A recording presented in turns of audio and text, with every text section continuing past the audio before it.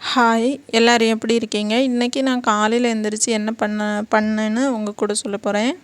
காலையில் எழுந்திரிச்சி சோற்றுக்கு தண்ணி அடுப்பில் வச்சுட்டேன். சோறு பாப்பாவுக்கு ஸ்கூலுக்கு கொடுத்து விட. இன்னொரு அடுப்பில் வந்து குடிக்க தண்ணி வச்சுருக்கேன். ஸ்கூலுக்கு பாப்பாவுக்கு கொண்டு போக தான். அடுத்து அரிசியை நல்லா கழுவி போட்டுடலாம். போட்டுட்டு தண்ணி நல்லா கொதித்த உடனே வீட்டில் வந்து மாவு அரைச்சி வச்சுருந்தேன். அதை இட்லி ஊற்றி வச்சுட்டேன்.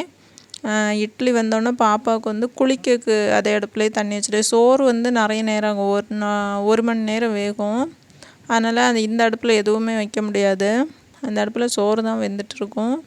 அந்த அடுப்பில் அடுத்து அந்த இட்லி வச்சுட்டு குளிக்க பாப்பாவுக்கு தண்ணி வச்சுட்டேன். தண்ணி நல்லா கொதித்தோடனே அதை இறக்கிட்டு, ஏன்னா தண்ணியை கொதிக்க வச்சா அதுக்கு கூட நிறைய தண்ணி கலந்துடலாம். அதனால் கொஞ்சம் தண்ணி வச்சு நல்லா கொதிக்க வச்சு எடுத்துருவேன்.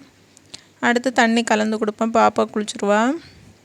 அதுக்கு பிறகு இட்லிக்கு தனியாக சாப்பாட்டுக்கு தனியாக குழம்பு வைக்கணுமேனு யோசித்துட்டு இருந்தேன். திடீர்னு தோணுச்சு சாம்பார் வச்சுருவோம். அப்போ வந்து இட்லிக்கும் சாம்பார் எடுத்துக்கலாம், சாப்பாட்டுக்கும் மதியத்துக்கு கொடுத்து விடலான்னு நினச்சி சாம்பார் வச்சுட்டேன்.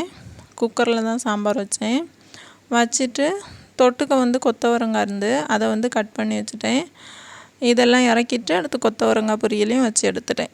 அவ்வளோதான் நான் இன்றைக்கி காலையில் செஞ்சது. அடுத்து பாப்பாவை ரெடி பண்ண போயிட்டேன். பாய்.